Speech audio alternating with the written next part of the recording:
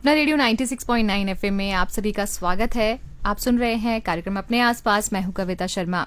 दोस्तों, आज 31 मई है और आज का जो दिन है उसे पूरी दुनिया में विश्व तंबाकू निषेध दिवस के रूप में मनाया जाता है। इस दिन का मकसद तंबाकू के उपयोग से जुड़े खतरों को उजागर करना है। विश्व स्वास्थ्य संगठन तंबाकू के सेवन से स्वास्थ्य जोखिमों के प्रति लोगों को जागरूक करने के लिए हर साल तंबाकू निषेध दिवस को बढ़ावा देता है और सरकारों को ऐसी नीतियों को लागू करने के लिए प्रोत्साहित करता है जो कि धूम्रपान और अन्य तंबाकू उत्पादों के उपयोग को कम करने में मदद करती है। तो क्या है धूम्रपान निषेध दिवस और क्या है इस साल की थीम, क्या है जोखिम, किस तरह से किया जा सकता है बचाव? आज के इस कार्यक्रम में हम इसी बात पर चर्चा करेंगे। कार्यक्रम में मेरे साथ है मेरे साथी शशांक शेखर और एक विशेष अतिथि doctor Manish Sharma, consultant medical oncology, Rajiv Gandhi cancer institute and research centre, Niti Bagh, Delhi से। डॉक्टर साहब, आपका स्वागत है कार्यक्रम में। Thank you so much, Kavita, for inviting me on this show.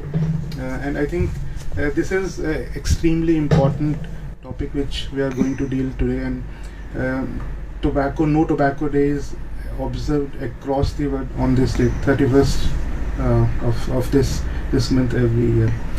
And tobacco एक बहुत ही important problem है across the world, not only in India. Tobacco से होने वाले खतरे बहुत सारे हैं।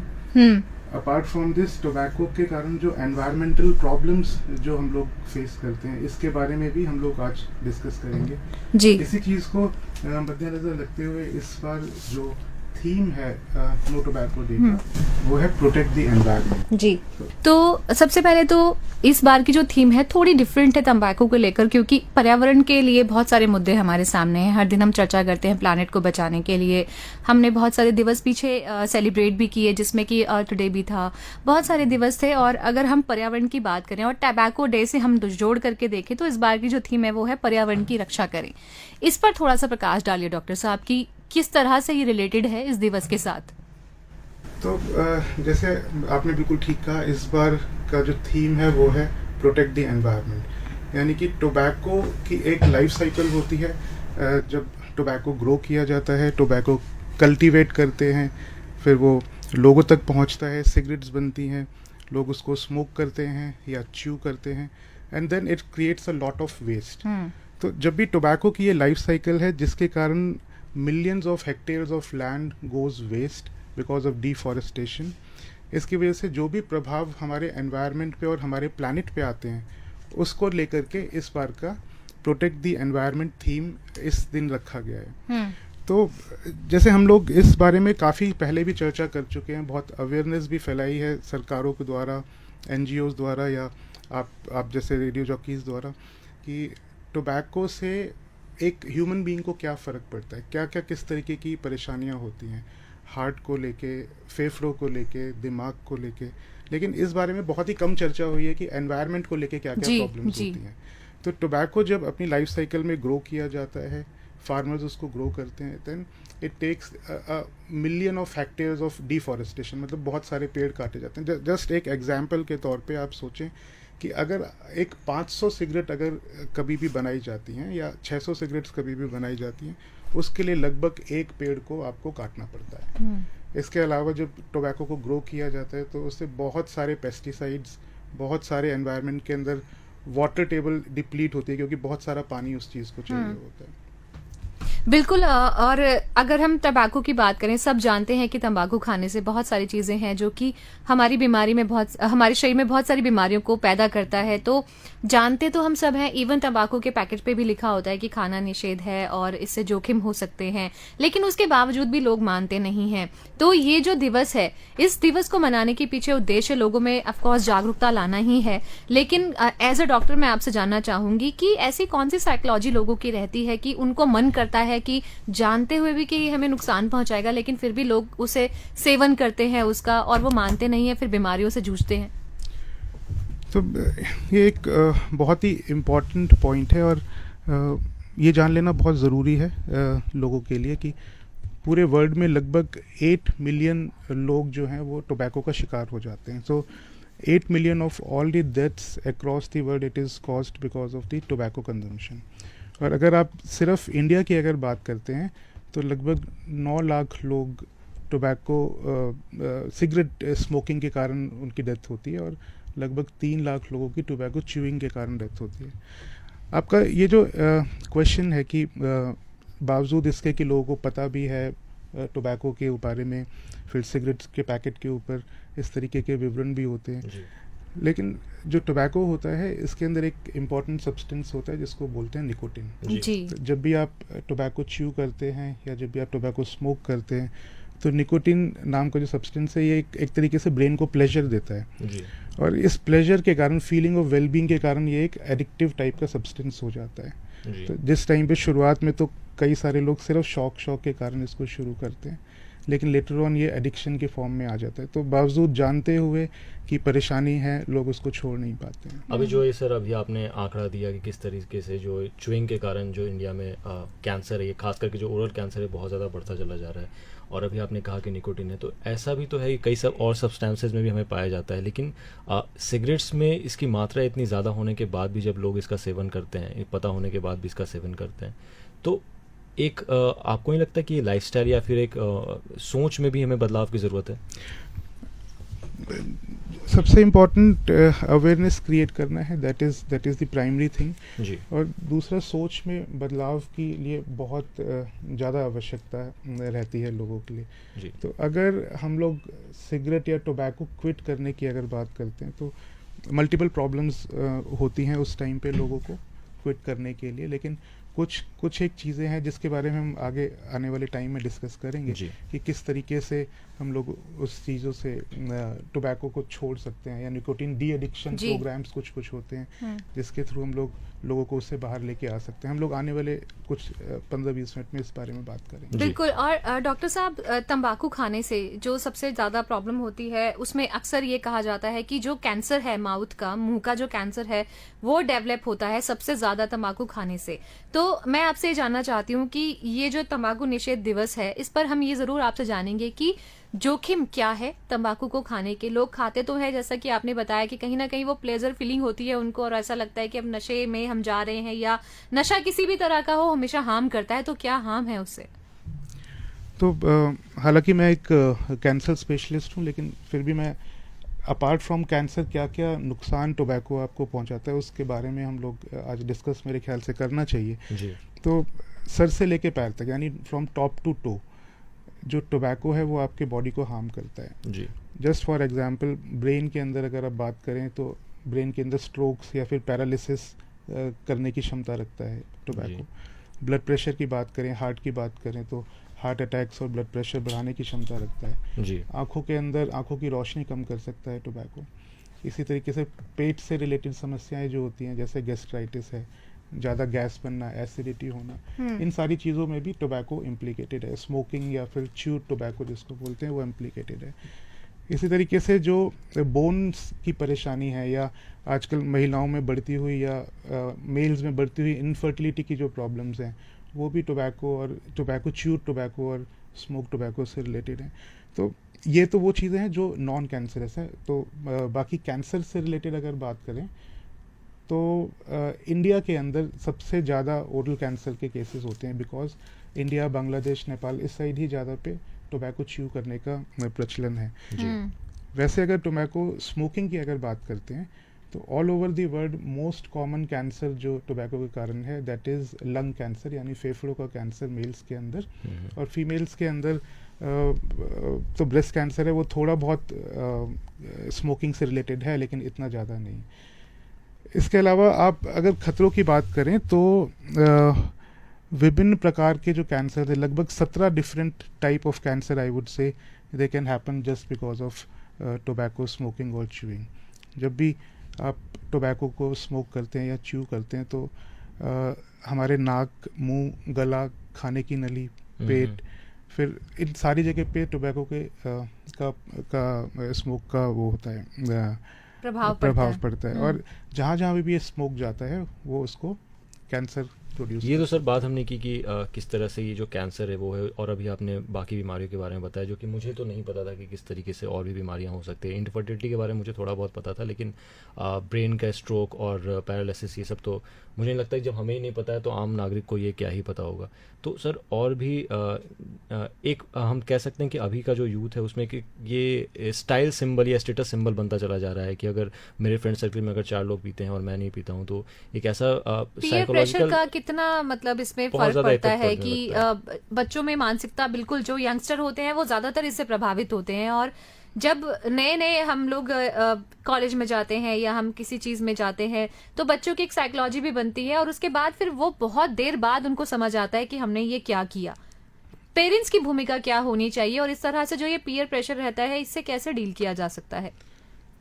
ये काफ़ी इम्पोर्टेंट क्वेश्चन है। सो अगर आप अपने आसपास देखें तो एक अभी जस्ट मैं रिसेंट एक सर्वे पढ़ रहा था जिसके अंदर लगभग एक्टिव इस वक्त 28 करोड़ अडल्ट लोग हैं जो स्मोकिंग कर रहे हैं, जो कि काफ़ी बड़ा आंकड़ा जो कि है एक ये। बहुत ही बड़ा आंकड़ा है। इसके अलावा उस सर्वे में ये भी दर्शाया गया था कि हमारे कुछ एक माइनर्स मतलब 10 साल से 18 साल तक के बच्चों में भी स्मोकिंग और तो टोबैको का चलन शुरू हो गया है। तो ये एक काफ़ी बड़ा आंकड़ा है, और टीचर्स का इसके अंदर बहुत बड़ा रोल है। पीयर प्रेशर तो डेफिनेटली है, लेकिन बच्चों को अच्छी एजुकेशन देना, एजुकेट करना, माता पिता को खुल के बच्चों से बात करना एज ए फ्रेंड, ना कि बात करें फ्रेंड की तरह बात करेंगे तो शायद वो अपना कुछ आपको इंडिविजुअल चीज़ें बता पाएँ और आप उनसे पता कर पाएँ कि वो इस तरीके की संगति में तो नहीं है। तो संगति सबसे इम्पोर्टेंट है। जैसे एक पुरानी कहावत भी है, खरबूजे को देख के खरबूजा रंग बदलता है, लेकिन आई थिंक ये बड़ा इम्पोर्टेंट है कि बच्चों को हम उस माहौल से किसी तरीके से अलग कर सकें। गवर्नमेंट ने भी काफ़ी कुछ कोशिशें की हैं, जैसे फॉर एग्जांपल कि स्कूल्स के आसपास या कॉलेजेस के आसपास आप सिगरेट का उत्पादन नहीं कर सकते, बेच नहीं सकते, लेकिन स्टिल हम लोग देखते हैं अपने आसपास। मैं जस्ट एक आपको एग्जांपल बताता हूँ, जैसे कि गवर्नमेंट ने तो एक रूल बना दिया कि सिगरेट आप नहीं बेच सकते माइनर्स को। हम लोगों ने कई बार सड़कों पे देखा होगा कि माइनर को सिगरेट बेची जा रही है, लेकिन हमने अपने तरफ से कुछ नहीं किया उसके लिए। तो इसमें एक हमारी भी बहुत इंपॉर्टेंट रिस्पॉन्सिबिलिटी है कि जो चीज़ हम लोग देख रहे हैं एटलीस्ट हम लोग उसको मना करें, उसके अगेंस्ट हम लोग खड़े हों। अपार्ट फ्रॉम परिवार के अंदर हम लोग क्या कर सकते हैं, सोशल रिस्पॉन्सिबिलिटी भी हम लोगों की है। पर सर मेरा यहाँ पर मतलब मेरा पर्सनली एक मानना है कि जब इतनी सारी प्रॉब्लम्स होती हैं ऑलरेडी, और सरकारें जैसे कि आपने बोला, गवर्नमेंट भी बहुत सारे जो सर्वेज हैं या जिस तरह से योजनाएं लेकर के आते हैं वो करते हैं अपने लेवल पर, लेकिन जिस तरह से हम अन्य चीज़ों के ऊपर बैन कर देते हैं, जैसे प्लास्टिक के ऊपर हमने बैन किया, बहुत सारी चीज़ें ऐसी जिनको हम बैन कर सकते हैं, तो ये टबैको एंड सिगरेट जो इस तरीके से जितना हार्म कर रहे हैं आज के यंगस्टर को, क्या इस पे बैन नहीं किया जा सकता? कोशिश की जा सकती है, लेकिन अगर आप ये आंकड़े देखें तो टोबैको इंडस्ट्री पूरे वर्ल्ड में इंडिया में सेकंड लार्जेस्ट इंडस्ट्री है। सो सेकंड लार्जेस्ट प्रोड्यूसर है इंडिया टोबैको का, सेकंड लार्जेस्ट टोबैको का कंज्यूमर है, और सेकंड लार्जेस्ट एक्सपोर्टर है। So first largest tobacco production is done in China, second largest is done in India. क्योंकि अभी आपने जो आंकड़ा ही बताया कि आपने कहा कि करीब 28 करोड़ के आसपास, वो पूरे भारत का आंकड़ा था या पूरे विश्व का आंकड़ा? भारत का आंकड़ा है। वो सिर्फ भारत का आंकड़ा है, तो मतलब 20% जो आबादी है हमारी वो टोबैको का सेवन कर रही है, या च्यू के फॉर्म में या फिर स्मोक के फॉर्म में, और हमारी जो यूथ की आबादी ही है करीब 60 से 70% के बीच में, और अगर 20% अगर मैं एज एन एवरेज भी देखें तो ये काफ़ी एक बड़ा आंकड़ा तो है। एक मतलब ये हम लोग इस चीज़ को डिस्कस कर रहे हैं, ये बात सच है, और ये प्रॉब्लम है, और ये डुअल प्रॉब्लम है। जब आप प्रोड्यूस करते हैं इंडिया के अंदर तो आपकी लैंड ख़राब होती है पेस्टिसाइड्स के कारण, और वाटर डिप्लीशन होता है, पॉल्यूशन होता है, और दूसरा वही प्रोडक्ट्स इंडियंस यूज़ भी कर रहे हैं अपनी सेहत खराब कर, दोनों तरीके से एनवायरमेंटल दोनों लॉस तरीके भी है से, और फाइनेंशियल लॉस भी है। एनवायरमेंटल लॉस भी है, फाइनेंशियल लॉस भी है। लेकिन आपको ये एक सरकार के लिए ये बड़ी इंपॉर्टेंट समस्या है कि लगभग 5 करोड़ लोगों का घर सिर्फ टोबैको इंडस्ट्री के कारण चलता है। तो ये एक छोटा नंबर नहीं है। सरकार कोशिश कर रही है, धीरे धीरे लोगों को रीलोकेट किया जा सकता है, लेकिन it will take some time. सबसे इम्पोर्टेंट है कि हम लोग अपने लेवल के ऊपर, अपने लेवल पे, अपने बच्चों के लेवल पे कोशिश करें और इसको क्विट करें। जब हम लोग खुद ही इसका कंजम्पशन नहीं करेंगे तो अल्टीमेटली ये सरकार को अपने आप या टोबैको इंडस्ट्री को अपने आप पीछे हटना पड़ेगा। जी बिल्कुल सर। और एक मतलब ऐसा रहता है ना कि अगर कोई चीज़ हम कर रहे हैं और सामने वाले को देख करके भी अगर हम नहीं समझ पा रहे हैं, क्योंकि कितनी सारी मौतें तो ऐसी हैं जो इसी के चलते हो जाती हैं, तो ये इस तरह का अगर काउंसलिंग ठीक से की जाए, जैसे आपने एजुकेशन की बात कही, तो कहीं ना कहीं अगर काउंसलिंग में इस चीज़ को तब्दील किया जाए तो काउंसलिंग कितनी बड़ी भूमिका निभाती है इसमें किसी भी व्यक्ति की साइकोलॉजी को चेंज करने में। काउंसलिंग एक बहुत इम्पॉर्टेंट चीज़ है। लाइव एग्जाम्पल सेटिंग बहुत इम्पॉर्टेंट चीज़ है अगर आप टोबैको क्विट करने के लिए बात करते हैं। सबसे इम्पॉर्टेंट चीज़ जो मैं बोलूँगा that is motivation to quit. और मोटिवेशन टू क्विट तभी आता है जब लोग लाइव एग्जाम्पल्स देखते हैं या अवेयरनेस अगर उनके अंदर होती है। बिना मोटिवेशन के आई थिंक वो आगे बढ़ पाना बड़ा डिफ़िकल्ट रहता है। तो अभी आपने जैसे बताया कई सारी बीमारियां होती हैं, तो मैं ये जानना चाहूँगी कि वो जो बीमारी होती है उसके बाद फिर किस तरह से एक पेशेंट को कैसे पता चलता है कि अब हम बीमारियों से जूझ रहे हैं इसी के चलते, क्योंकि ऐसा तो पता ही नहीं चलता कि सिगरेट पीने की वजह से ही हमें प्रॉब्लम हो रही है।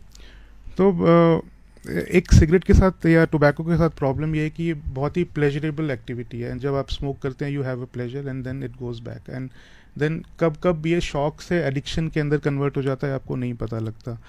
और प्रॉब्लम क्या है कि जब इनिशियल स्टेजेस में कोई स्मोक कर रहा है या टोबैको च्यू कर रहा है तो प्रॉब्लम्स आती ही नहीं है। धीरे धीरे बॉडी के अंदर डैमेज होना शुरू होता है, और जब सिम्टम्स प्रोड्यूस होते हैं, सिम्टम्स यानी जब पता लगना शुरू होता है, जब सपोज जैसे आप सिगरेट पी रहे हैं या स्मोक कर रहे हैं, इनिशियली कोई आपको सांस नहीं फूलता है, लेकिन लगभग 8 से 10 साल जब आप स्मोक कर चुके हैं उसके बाद सांस फूलना शुरू हो जाता है, जिसको एक बीमारी होती है जिसको COPD या क्रोनिक ऑब्स्ट्रक्टिव पल्मोनरी डिसीज कहा जाता है।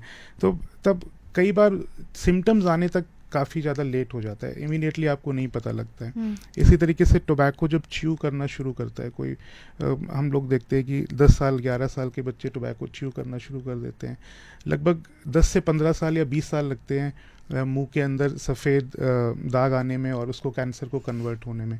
तो जब वो टाइम आता है जब सिम्टम्स आने शुरू होते हैं किसी भी बीमारी के, तब ऑलमोस्ट हम लोग काफ़ी लेट हो जाते हैं। तो कोशिश यही रहनी चाहिए कि सिम्टम्स आने से पहले हम लोग उसको क्विट करें। हम लोग दूसरों के लिए एग्जाम्पल ना बने, दूसरों का एग्जाम्पल देख के हम लोग उसको छोड़ने की कोशिश करें। बिल्कुल। और अभी आपने शुरुआत में कहा कि इनफर्टिलिटी की प्रॉब्लम भी लोगों में आ जाती है, लोग समझ नहीं पाते। एक तो पहले ही आजकल इतनी लेट एज में शादियां होती हैं और उसके बाद फिर प्रेगनेंसी में भी दिक्कत आती है, लेकिन आजकल ये ट्रेंड है युवाओं में, न सिर्फ मेल बल्कि फीमेल भी स्मोकिंग को एक स्टेटस सिंबल मानने लगी हैं। तो अब जब आपके सामने किस तरह के केसेस होते हैं जिनमें ज़्यादातर जो अगर इनफर्टिलिटी के केस को हम पूछें तो कितने प्रतिशत ऐसा होता है कि वो सिर्फ इसकी वजह से ही होता है? तो इसमें ये जानना ज़रूरी है कि स्मोकिंग अगर स्मोक की बात करते हैं तो 3 अलग अलग प्रकार के स्मोक होते हैं, जिसको एक फर्स्ट हैंड स्मोक बोलते हैं, सेकंड हैंड स्मोक बोलते हैं, और एक थर्ड हैंड स्मोक भी होता है जिसके बारे में कम लोगों को पता है। तो फर्स्ट हैंड स्मोक होता है एक्टिव स्मोकिंग, जो इंडिविजुअल है खुद स्मोकिंग कर रहा है, उसकी वजह से उसको खुद को जो परेशानियाँ आती हैं उसको एक्टिव स्मोकिंग कहते हैं। सेकेंड हैंड स्मोक होता है जिसको हम लोग पैसिव स्मोकिंग भी जानते हैं, कि आप एक कमरे में बैठे हुए हैं अपने बच्चों के साथ या अपनी वाइफ के साथ, and then this second hand smoke is called as passive smoking. एक और तीसरे तरीके का स्मोक होता है जिसको हम लोग थर्ड हैंड स्मोक कहते हैं, जिसके बारे में ज़्यादातर लोगों को पता नहीं है। थर्ड हैंड स्मोक जब आप स्मोकिंग करते हैं, स्मोक से निकलने वाला तार, निकलने वाला केमिकल वो दीवारों पे, कपड़ों पे, बच्चों की किताबों पे, कॉपियों पे लगता है, and this is called as third hand smoke. जब बच्चे उन कॉपियों को, किताबों को यूज़ करते हैं या खेलते हैं सपोज, तो काफ़ी टाइम से अगर इस तरीके से एक्सपोजर होता है तो उनको भी स्मोकिंग के साइड इफ़ेक्ट्स आ सकते हैं। जो आपने बात की कि महिलाओं में स्मोकिंग की, मैं मानता हूँ कि वो थोड़ा सा बढ़ा है अभी, लेकिन इतना ज़्यादा कॉमन नहीं है। पैसिव स्मोकिंग महिलाओं को ज़्यादा तंग करती है। जो भी अगर घर के अंदर कोई यंग लेडीज़ हैं या इंडिविजुअल्स हैं तो रिप्रोडक्टिव प्रॉब्लम्स ये स्मोक कर सकता है, दोनों ही, एक्टिव स्मोकिंग भी और पैसिव स्मोकिंग। मेल्स के अंदर स्पर्म्स के शुक्राणु की कमी करना या लेडीज़ के अंदर ओव्यूलेशन को रोकना, डिले करना, ये सब चीज़ें रिसेंटली देखी गई हैं कि ये करता है। इसके अलावा रिप्रोडक्टिव प्रॉब्लम्स के अलावा जो लेडीज़ जो प्रेग्नेंट हैं, प्रेगनेंसी के अंदर जो यूट्रस के अंदर जो बच्चा है, फीटस है, उसकी ग्रोथ के अंदर भी कमी आती है अगर आप फर्स्ट हैंड स्मोक या सेकेंड हैंड स्मोक या थर्ड हैंड स्मोक से पीड़ित हो रहे हैं। ये आपने जो थर्ड हैंड स्मोक की बात की, ये तो मैंने पहली बार सुना है और मुझे नहीं लगता किसी को पता भी होगा, क्योंकि ये बिल्कुल ही लोग इसके बारे में बिल्कुल ही नहीं सोचते हैं। मतलब ये एक इम्पॉर्टेंट फिनोमेना है जो कम लोग जानते हैं, हम लोग डिस्कस करते हैं, लेकिन थर्ड हैंड स्मोक एक इम्पॉर्टेंट परेशानी है जो आपको दिखता नहीं है। आप एक्टिव स्मोकिंग और पैसिव स्मोकिंग को जानते हैं, देखते हैं, लेकिन थर्ड हैंड स्मोक जो बहुत दिनों से अगर एक ही कमरे में आप बैठ के स्मोकिंग कर रहे हैं तो आप देखेंगे उस कमरे में एक अलग सी स्मेल आनी शुरू हो जाती है या वहाँ पे कालक जमना शुरू हो जाती है। ये एक थर्ड हैंड स्मोक है जो कि बच्चों को या उसमें रहने वाले लोगों को परेशान कर सकते हैं। सर, ये तो हमने बात की टोबैको के ऊपर, हम बात करें ई सिगरेट्स का कॉन्सेप्ट क्या है सर, ये मैं आपसे समझना चाहूँगा। तो ई सिगरेट एक मैं बोलूँगा एक तरीके का छलावा है जी। लोग इसको प्रमोट कर रहे हैं, कंपनी इसको प्रमोट करती है। हालांकि ये बैन हो चुका है। ये बैन हो चुका है, बिल्कुल आप ठीक बोल रहे हैं। तो जब आप स्मोकिंग जब करते हैं, टोबैको जब बर्न करते हैं, तो आप जानते हैं लगभग उसके अंदर 7,000 डिफरेंट तरीके के केमिकल्स प्रोड्यूस होते हैं। 7,000 राइट। और उसमें से बहुत सारे केमिकल्स ऐसे हैं जो कैंसर प्रोड्यूसिंग है। इसके अलावा एक तीसरी चीज़ प्रोड्यूस होती है जिसको तार बोलते हैं, TAR, तार। तो तार आपके लंग्स के अंदर डिपॉजिट हो जाता है, बहुत ही सॉलिड टाइप का एक सब्सटेंस होता है जो लंग्स को डैमेज करता है। कहीं ये तार वही तो नहीं है जो हम रोड्स के कंस्ट्रक्शन में लगभग वैसा समझ सकते हैं, उससे लंग्स आपके डैमेज हो जाते हैं। तो कंपनीज ने क्या किया, कंपनीज ने सोचा कि हम लोग सिर्फ इसके अंदर निकोटीन को बर्न करते हैं ई सिगरेट्स के अंदर, जिसके अंदर आप फायर यूज़ नहीं करेंगे तो तार प्रोड्यूस नहीं होगा। अच्छा। तो ई सिगरेट्स के अंदर तार प्रोड्यूस नहीं होता, that is true, but chemicals वही पूरे 7,000 प्रोड्यूस होते हैं। उन 7,000 केमिकल से वही सेम तरीके का निकोटीन से एडिक्शन होता है, सेम तरीके की परेशानियां, कैंसर और ये सारी चीज़ें होने की संभावना होती है। तो कंपनीज ने ई सिगरेट को एक तरीके से फैशन की तरह प्रमोट करना शुरू किया कि आप इसको यूज़ कर सकते हैं और सिगरेट से डी एडिक्शन कर सकते हैं, लेकिन असल में बात उल्टी है। आप इसके लिए भी एडिक्ट हो जाते हैं और लेटर ऑन इससे भी परेशानी आनी शुरू हो जाती है। इसीलिए सरकार ने इस वक्त इसको बैन किया हुआ है। टोबैको का एडिक्शन इससे भी प्रमोट होता है, क्योंकि जैसे कि आपने कहा कि 7,000 केमिकल्स हैं, तो 7,000 केमिकल्स तो जा ही रहे हैं हमारे पास, भले ही उसमें एक तार नहीं जा रहा है, तो ये तो हमारे हेल्थ पे उतना ही असर डालता है और साथ में निकोटीन उतना ही आपको एडिक्टिव एक सब्सटेंस आपके अंदर जा रहा है। क्योंकि जिस हिसाब से देखा जाए लाइफस्टाइल भी हमारी वही है अभी के हिसाब से, एनवायरनमेंट भी हमने उसी तरह से पॉल्यूट कर दिया है।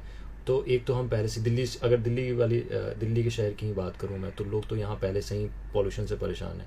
उसके बाद अगर हम इस तरह से स्मोक करते हैं या फिर टोबैको को च्यू करते हैं तो हम तो कह सकते हैं कि अपनी जान खुद जोखिम में डाल रहे हैं। बिल्कुल ठीक बोल रहे हैं आप। और जैसे आपने पॉल्यूशन की बात की तो लोगों को लगेगा कि शायद सिगरेट से तो केवल थोड़ा सा पॉल्यूशन होता है, लेकिन इसके एक ब्रॉडर एस्पेक्ट देखने की ज़रूरत है, जानने की ज़रूरत है। जो हमने शुरुआत में भी बात की थी कि जो इस बार का थीम है प्रोटेक्ट द एनवायरनमेंट थीम, तो लोगों को लगता है कि केवल एक सिगरेट पी तो थोड़ा सा स्मोक हो गया, केवल इतना ही पॉल्यूशन हुआ, जबकि ट्रुथ ये नहीं है।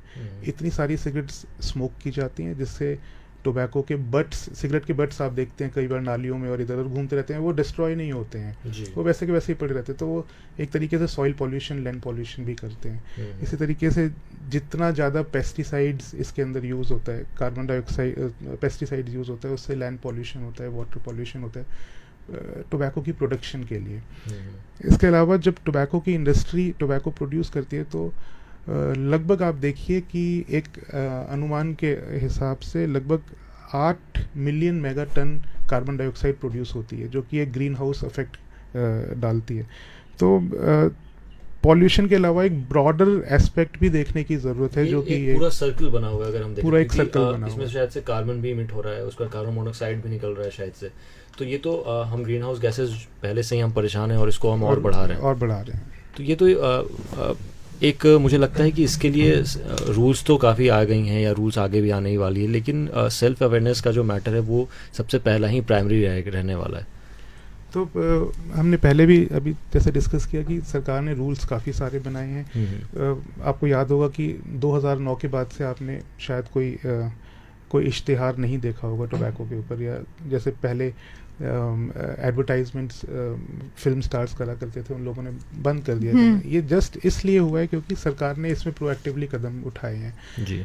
टोबैको की सिगरेट के डिब्बी के ऊपर अलग अलग फोटोग्राफ कैंसल्स के, वो भी सरकार के प्रोएक्टिव होने के कारण ही हुए हैं। जी। स्कूल्स और कॉलेजेस से दूर रहे सिगरेट, लेकिन इसमें हम लोगों की भी भागीदारी बहुत इंपॉर्टेंट है। एज ए इंडिविजुअल हम लोग हमारे सामने अगर कोई माइनर को कोई सिगरेट बेच रहा है या टोबैको प्रोडक्ट बेच रहा है, हम लोग कुछ नहीं कर रहे हैं उसके लिए। जी। तो फैमिली के लेवल पे, अपने खुद के लेवल पे, सरकार के लेवल पे, सब जगह ये चीज़ करनी ज़रूरी है, तभी टोबैको इंडस्ट्री थोड़ा सा बैकफुट पे आ सकती है। जी। अब सर, हमने बीमारियों के बारे में बात की, हमने अलग अलग तरह से इसके प्रभावों को भी जाना, लेकिन अगर हम अब इस मुद्दे पे आए कि जो लोग तंबाकू का सेवन छोड़ना चाहते हैं, जिनको पता है कि अब इसका कोई मेरे को इसका हार्म हो रहा है, या जो आगे बढ़ने की तरफ काम करते हैं, वो कैसे इसको छोड़ सकते हैं, उसके लिए क्या तरीका है?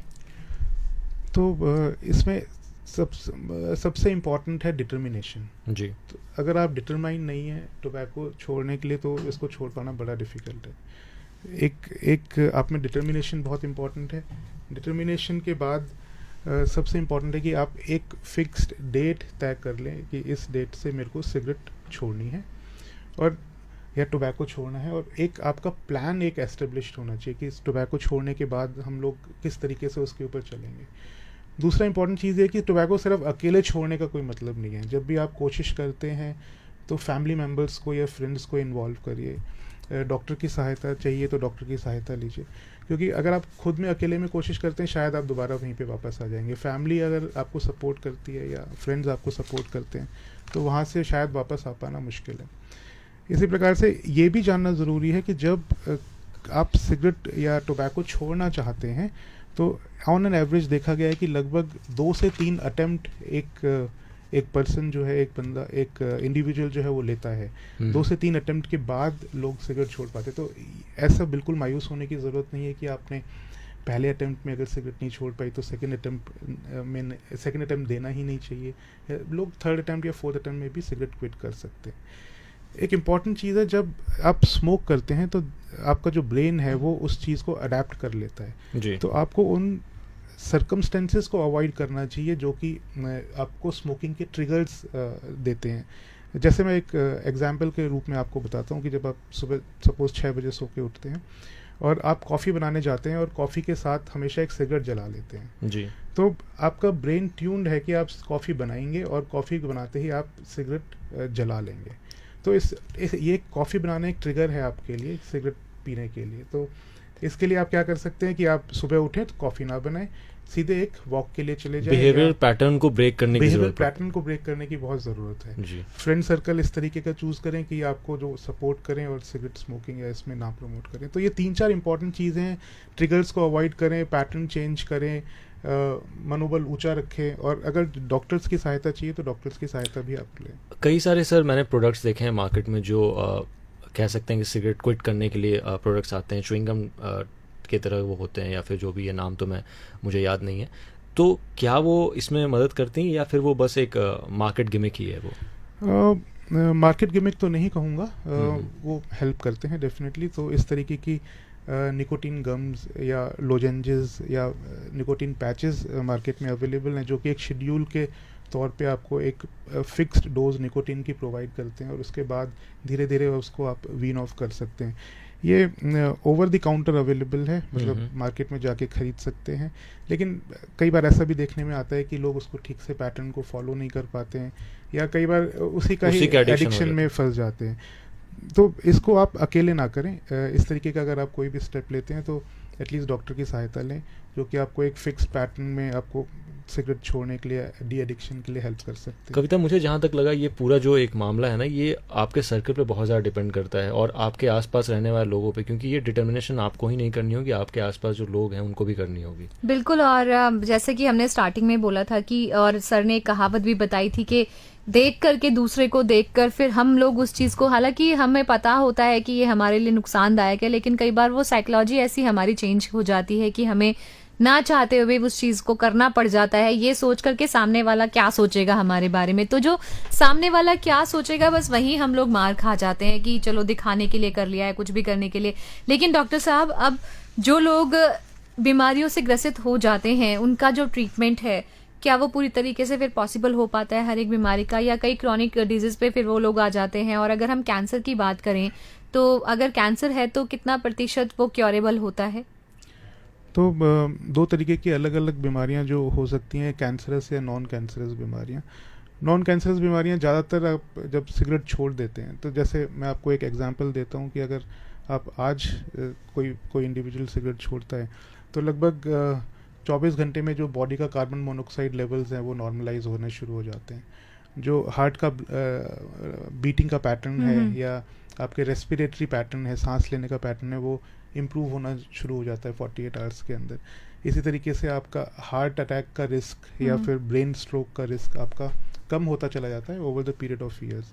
इसी तरीके से अगर जब आप स्मोकिंग क्विट करते हैं या टोबैको क्विट करते हैं, तो कैंसर होने का रिस्क लगभग 8 से 10 साल में ऑलमोस्ट ना के बराबर, या इंडिविजुअल जो रिस्क है उसके बराबर हो जाता है।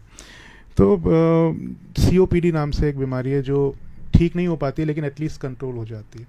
दूसरी तरफ अगर आप कैंसर्स की बातें करें, तो कैंसर सिगरेट से होने वाले या टोबैको से होने वाले जो कैंसर्स हैं, अगर आप उनको अर्ली स्टेज यानी शुरुआती अगर स्टेजेस में पकड़ लेते हैं, तो लगभग 60% लोग बिल्कुल क्योर हो जाते हैं जी। लेकिन परेशानी के बावजूद लोग थोड़ा सा डॉक्टर को दिखाने में डिले कर देते हैं, जिसकी वजह से कैंसर आगे स्टेजेस में पहुंच जाता है, स्टेज 4। तो मैं बोलूँगा लगभग 50 से 60% पेशेंट्स हमारे पास लेटर स्टेज कैंसर्स के आते हैं, और लगभग 40-50% पेशेंट अर्ली स्टेज कैंसर में आते हैं। अर्ली स्टेज कैंसर के अंदर इलाज संभव है, पूरी तरीके से क्योर हो जाते हैं लोग।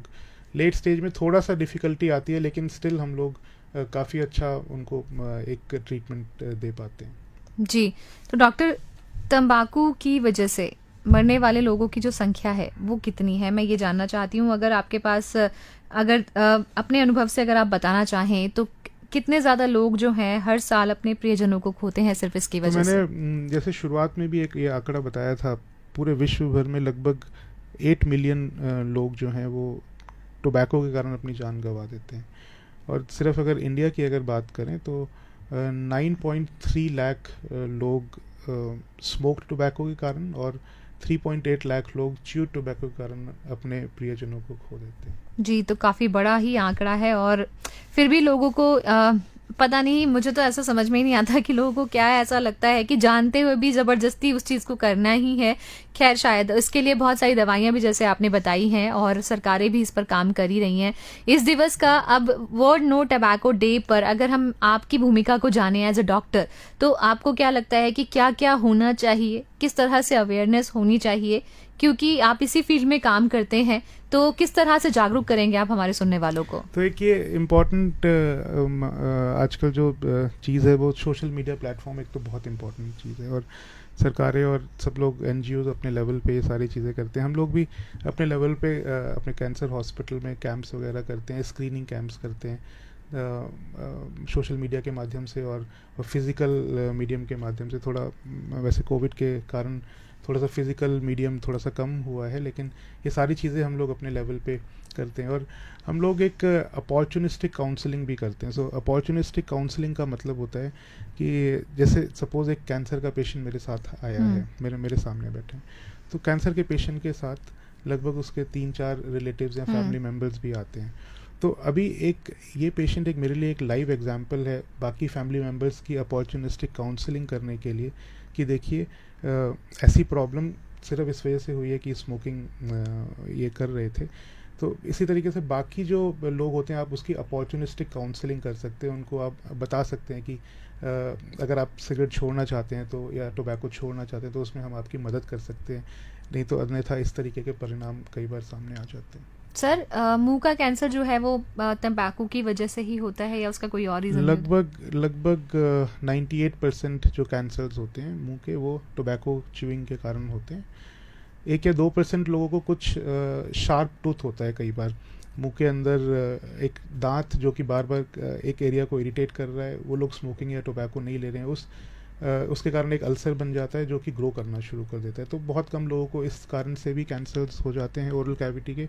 आपके माध्यम से इम्पॉर्टेंट चीज़ है मेरे लिए बताने के लिए कि लोग अगर इस तरीके के किसी शार्प टूथ से सफ़र कर रहे हैं तो उसको डेंटिस्ट के द्वारा निकला जा सकता है या कुछ और उसके लिए चीज़ की जा सकती है। मतलब कोई दांत जो आपको अननेसेसरी कहीं अंदर जाकर के लग रहा है बार बार गाल छिल रहा है, गाल कट रहा है या जीभ पे बार बार लग जाता है, तो वो भी एक महीने 2 महीने 4 महीने में कैंसर कर सकता है। तो ऐसे दांत लगने से अगर हमारी स्किन कहीं से हार्म हो रही है तो भी हमें कैंसर हो सकता है? तो भी कैंसर हो सकता है। इसके अलावा कुछ वायरसेस के कारण भी कैंसर, ओरल कैविटी का कैंसर होता है। जैसे HPV वायरस एक है जो कि सर्वाइकल कैंसर महिलाओं में करता है। बहुत ही कम लोगों को पता है कि वो ओरल कैंसर भी करता है। टॉन्सिल के कैंसर्स भी, गले के कैंसर्स भी HPV वायरस के कारण होते हैं। कुछ लोग जो ओरल कैविटी यानी मुंह के अंदर बहुत ज़्यादा साफ सफाई नहीं रख पाते हैं किसी भी कारणवश, उनको भी इस तरीके के कैंसर होने का चांस रहता है। जी, तो डॉक्टर साहब अब क्योंकि वक्त इस कार्यक्रम का समाप्त होने को है, लेकिन जाने से पहले एक अंतिम सुझाव कि हम किसी बीमारी से ग्रसित ना हो हमें क्या करना चाहिए, किस तरह के लाइफस्टाइल को फॉलो करना चाहिए? तो ये एक आइडियल सिनेरियो है कि हम किसी बीमारी से ग्रसित ना हो, लेकिन ऐसा पॉसिबल है नहीं जब तक हम इस दुनिया में हैं। Till the time we are living कोई ना कोई बीमारी होगी। लेकिन एटलीस्ट वो बीमारी हमारी बिहेवियर के कारण या हमारे जो हम लोग चीज़ें कर रहे हैं, गलत एडिक्शन कर रहे हैं, उसके कारण ना हो। क्योंकि जो बीमारी है वो हमारे हाथ में नहीं है, लेकिन एडिक्शंस, ये सारी चीज़ें हमारे हाथ में है, जिसको हम लोग अवॉइड कर सकते हैं, छोड़ सकते हैं। तो मेरा तो यही सुझाव रहेगा कि इन चीज़ों से दूर रहें, अपने बच्चों को, परिवार वालों को एडिक्शन से दूर रखें। Say no to tobacco, say yes to family, yes to life and yes to healthy planet, जो कि इस बार का थीम है हमारे वर्ल्ड नो टोबैको डे के ऊपर। तो दोस्तों, नशा चाहे किसी भी चीज का हो वो हमेशा बुरा ही होता है, उसका अंजाम भी बुरा होता है। आप खुद तो सफर करते हैं, साथ में आपके प्रियजन भी उससे जूझते हैं। तो मेरा कहना यही है, जैसा डॉक्टर मनीष ने कहा, कि इस वर्ल्ड नो टबैको डे पर टबैको को बिल्कुल ना कहें और अपनी फैमिली को हाँ कहें। इसी विश के साथ कि आप हमेशा स्वस्थ रहें, सुखी रहें, हम आपको यही कामना देंगे। डॉक्टर मनीष, आप हमारे साथ जुड़े, बहुत बहुत धन्यवाद। धन्यवाद, थैंक यू। तो आज के अपना आसपास कार्यक्रम में इतना ही। अपने साथी शशांक शेखर के साथ आप सभी से लूंगी विदा। सुनते रहिए अपना रेडियो 96.9 FM। नमस्कार।